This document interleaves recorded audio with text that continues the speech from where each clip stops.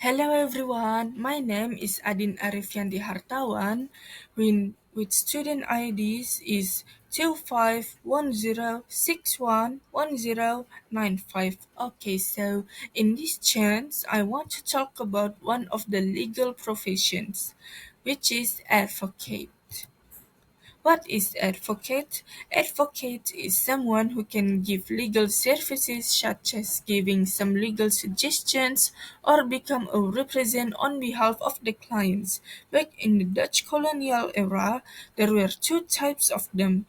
One is being called pokral bamboo or native advocates and the other was advocates in procurers.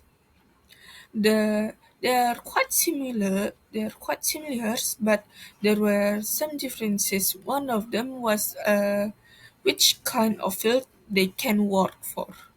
Okay, next thing is main task and responsibility.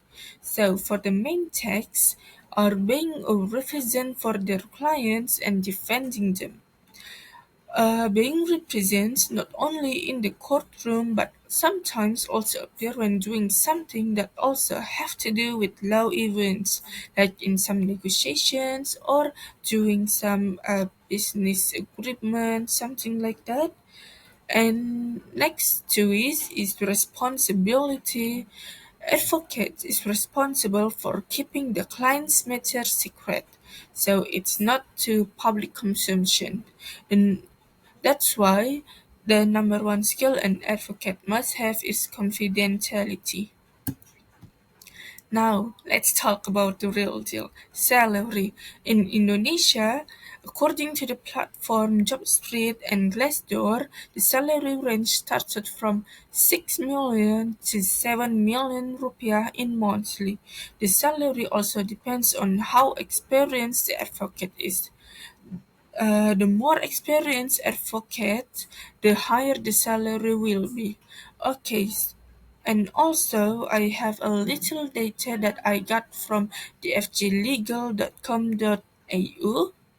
It's about advocate salary around the world. Okay, let's start with talent.com. In Australia, it's about U- 105,000 in USD. From Indeed, we can know that in US is 200,000 and Canada 115,000. From Glassdoor, in Germany is 132,000 and Singapore 110,000. Leslie in UK from Prospects is 125,000. Now there is rights and obligations for the advocates. Uh, Rights for the advocate is firstly free to voice opinions or statements in the involved case before the court. So sometimes when case is about to hold in the court, there will be many medias that swarm the advocate now, and at that time the advocate is free to voice opinions or statements regarding the case. Secondly, is free to perform the professional duties. Third, may not be sued or prosecuted in either civil or criminal court when taking a case or doing a good deed. So when they are doing something that can be seen as something that isn't right to do, but they are doing it with the good intention, that then they cannot be sued or prosecuted either. Next is entitled to obtain data, informations, and documents for the case and the clients. Lastly is having confidentiality in the client's relationship. Okay, and next is obligations. For the obligations, first, there is prohibited from discriminating the client based on religion, social culture, gender, political aspect, and other. So basically, an advocate cannot discriminate the clients. Second is to require to maintain confidentiality. They're prohibited from having any positions that can make conflict personal interests. So, for the example, like uh, there's an advocate, but also uh, a civil servant. That positions can cause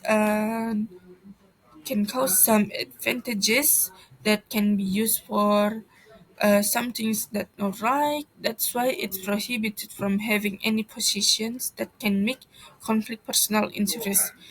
Next is prohibited to having positions that can interfere with the advocate's job and interfering the freedom or the independency of it. Lastly, he should accept appointment as a state official and can't practice as an advocate during that time. So, uh, like if the government offering an advocate to work with them, the advocate cannot refuse the invitations, and while doing their job with the government, they cannot practice as an advocate. All right, that's all I have to say about advocate, one of the legal profession in out there. All right, thank you for listening. Goodbye.